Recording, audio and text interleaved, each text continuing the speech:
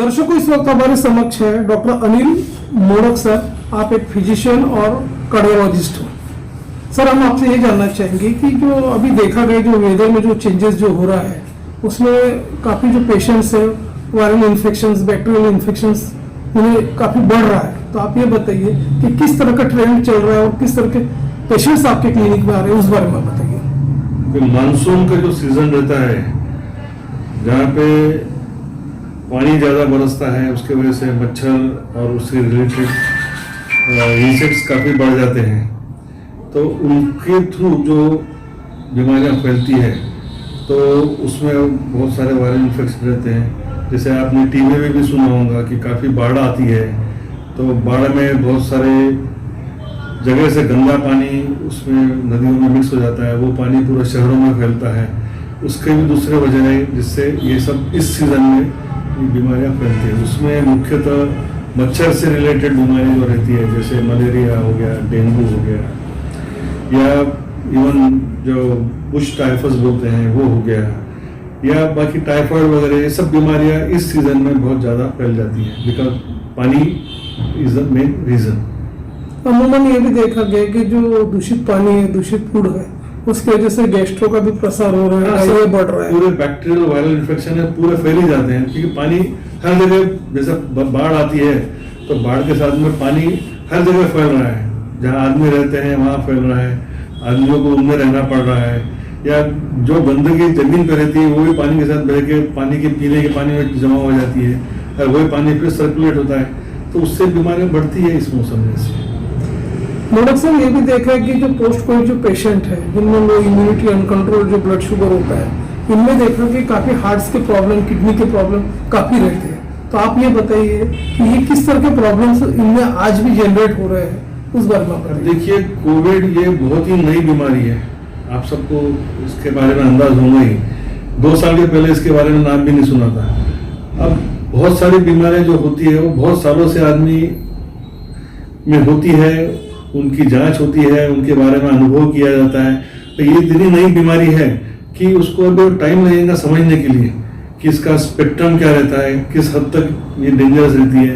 एक तो acute phase रहता है, जहाँ तो आप बहुत सारे लोगों ने उसका अनुभव लिया होगा, पर कोविड खत्म होने के बाद में जो क्रॉनिक कॉम्प्लिकेशंस आते हैं वो तो अभी समझ नहीं है, वो अभी तो टाइम लगेगा समझने के लिए।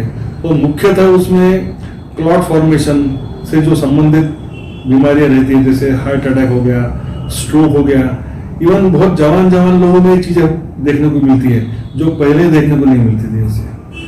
तो बहुत सारे लोगों में जो लंग्स डैमेज हो जाते थे, तो जिसमें फाइब्रोसिस नाम का बीमारी हो जाती है ये कोविड के बाद में।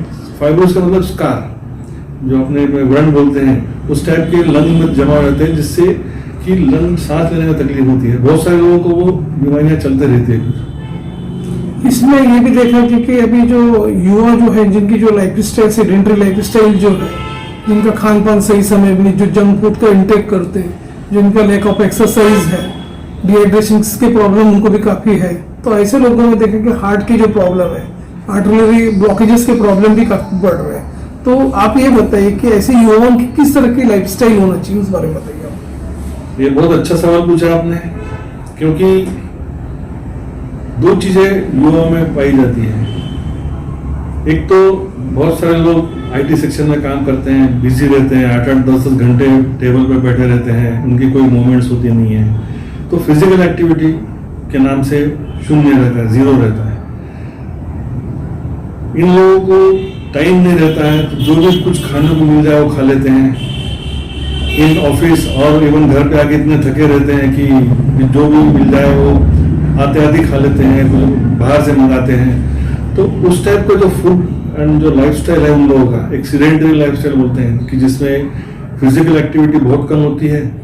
और दूसरा जो फूड, जो फास्ट फूड वगैरह जो रहता है, that is also not good for health. तो जो मेरे जो दादा परदादा लोग जिस टाइम जीते थे, उनके बहुत लंबी आयु रहती थी उन लोगों की, पर आज के जो मेरे नाती पोते हैं उनका लाइफस्टाइल पूरा अलग हो गया है। मैं दोनों चीज़ जब कंपेयर करता हूँ तो इतना फर्क मालूम पड़ता है। तो ये एक पार्ट हो गया।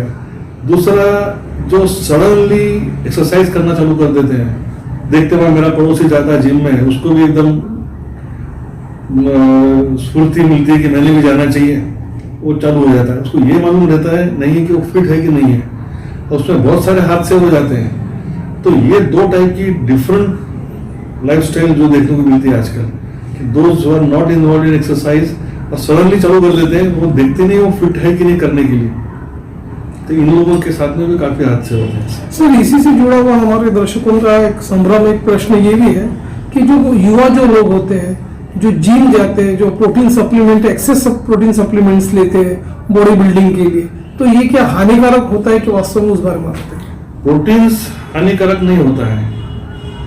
अपने हिंदुस्तान में, साउथ एशिया बोलते हैं जिसमें, हिंदुस्तानी नहीं, हिंदुस्तान के आजू बाजू के देश भी, जैसे पाकिस्तान हो गया, बांग्लादेश, श्रीलंका, जिसको साउथ एशिया बोलते हैं, इन लोगों में एक बीमारी पाई जाती है जो अनुवांशिक होती है, जिसका नाम है मेटाबॉलिक सिंड्रोम।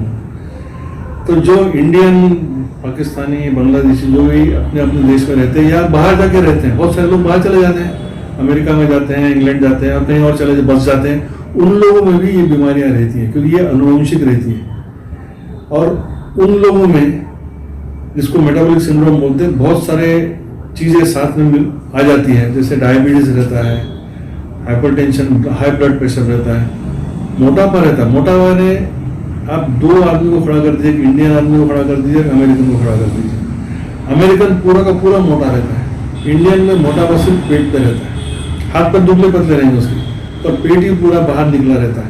तो ऐसे लोगों में ये हार्ट की बीमारियां काफी ज्यादा मिलती है अपने, और यंग एज में मिलती है, जिनमें कोलेस्ट्रॉल ज्यादा रहता है और बताया मैं बाकी सब, इस पूरे कॉम्प्लेक्स को मेटाबॉलिक सिंड्रोम बोलते हैं, जो कि इंडिया में काफी ज्यादा रहता है। और इसके वजह से काफी यंग एज में इनको हार्ट की बीमारी या स्ट्रोक्स जिसे बोलते हैं, पैरालिसिस वगैरह हो जाता है। शहरों विदर्भ के दर्शक, डॉक्टर अनिल मोलक आपको लाइव देख रहे हैं। आपका क्लिनिक का एड्रेस और आपका फोन नंबर स्क्रीन पर रोल हो रहा है। यदि हमारे दर्शक स्वयं आके आपसे संपर्क कर सकते हैं, वीडियो कॉल या स्वयं आके यहाँ पे क्लिनिक में आ सकते हैं, तो नंबर देख के आपसे संपर्क कर सकते हैं। चलते चलते मोलक साहब, आप हमारे दर्शकों को ये भी बताइए कि आज का जो अभी जो ट्रेंड जो चल रहा है, जो बीमारी जो चल रही है, वायरल के बारे में हम आते हैं, वायरल जो इन्फेक्शन जो चल रही है, उसके बचाव के लिए किस तरह की हेल्दी लाइफस्टाइल्स मेंटेन करना चाहिए ताकि उसकी ग्रीप में ना आ पाए, उस बारे में बताइए। वायरल इन्फेक्शन के लिए जो मोस्टली उसके जो स्प्रे होने के कारण है, एक तो एयर बॉर्न बोलते हैं, जो एयर से या अपने सांस के बदौलत जो अपने शरीर में घुसते हैं, जैसे कोविड हो गया या N1H1 हो गया, जिसका स्वाइन फ्लू बोलते हैं, इस टाइप के जो वायरल इन्फेक्शन रहते हैं, वो तो डायरेक्ट भीड़ में नहीं जाना चाहिए। जो सरकार भी काफी उसकी पब्लिसिटी कर रही है, भीड़ में जाना नहीं चाहिए, जहां तक बने गए तो मास्क का प्रयोग करना चाहिए। ये आजकल लोग भूल ही गए, जहां तक कि कोविड की सीरियसनेस कम हो गई है तो लोग मास्क लगाना ही भूल गए हैं। और वेरी कॉमनली अपने सोशल कमिटमेंट के लिए शादी ब्याह वगैरह में बहुत भीड़ में आजकल लोग वक्त चले जाते हैं, तो ये एक इम्पॉर्टेंट रीजन है। सेकंड, स्वच्छता, घर का ही खाना खाएं, क्योंकि जैसे बताया मैंने कि कंटेमिनेटेड फूड और फूड हाइजीन यदि प्रॉपर नहीं की तो आजकल जाके देखिए तो बाहर में इतनी भीड़ दिखती है, तो कितना that food may be infectious if not prepared properly. तो ये फूड भी जहाँ तक बने घर का ही खाना खाएं।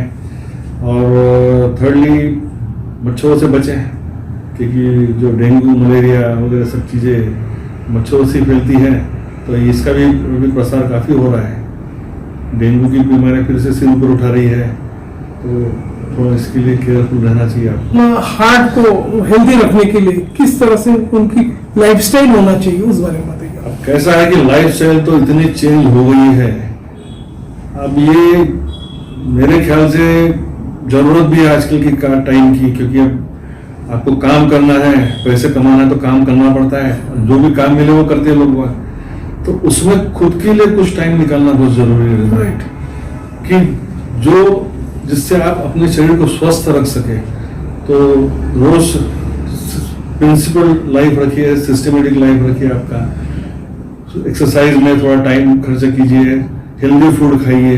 अब ये चीजें बताना बहुत अच्छा लगता है, अच्छा रहता है, पर बहुत कम लोग फॉलो करते हैं इसको।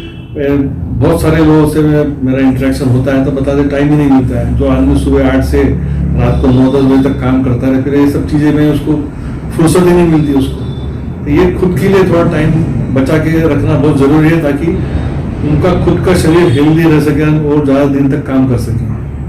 तो इतना ही मैं कहना चाहूँगा। ओके।